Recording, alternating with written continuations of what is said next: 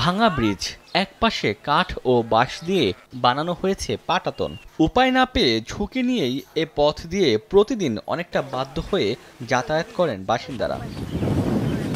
কুড়িগ্রাম পৌরসভার টাপু ভোলাকোপা সড়কের হানাগড় এলাকায় ২০১১ সালে নির্মাণ করা হয় ৬০ ফুট দৈর্ঘ্য ও ১০.৫ ফুট প্রস্থের ব্রিজটি। ২০১৭ সালের বন্যায় ব্রিজের সংযোগ সড়ক ধসে যায়। এরপর থেকে ভঙ্গুর অবস্থায় পড়ে থাকে দীর্ঘদিন। ব্রিজটি মেরামতে বিগত সরকারের পক্ষ থেকে কোনো সাড়া না পেয়ে নিজ উদ্যোগে কাঠ ও বাঁশ দিয়ে জোড়াতালির পাটাতন নির্মাণ করেন স্থানীয়রা।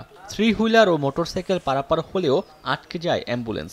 মাঝে মাঝে ব্রিজে এমন জরুরি উকি এসে নিয়ে যাওয়া কোনো সমস্যা, নিয়ে যেতে পারি না। অটো ধরিয়ে আসলে মনে করো ব্রিজ কাপে খুঁড়ি মনে করো আলগা হয়ে যায়। বাঁশ কাঠ শাঁখো দিয়ে কোনো মতে আমি উঠতেছি, এই ব্রিজের কোনো মূল্য আছে?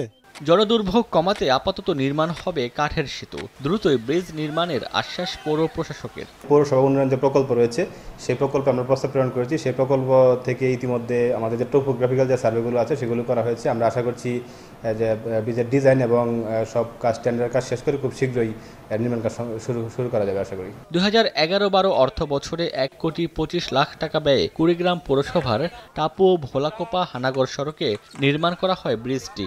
৩টি ইউনিয়ন সহ পৌরসভার প্রায় ৫০,০০০ মানুষের যাতায়াত হয় এই সড়ক দিয়ে। সময় সংবাদ, কুড়িগ্রাম।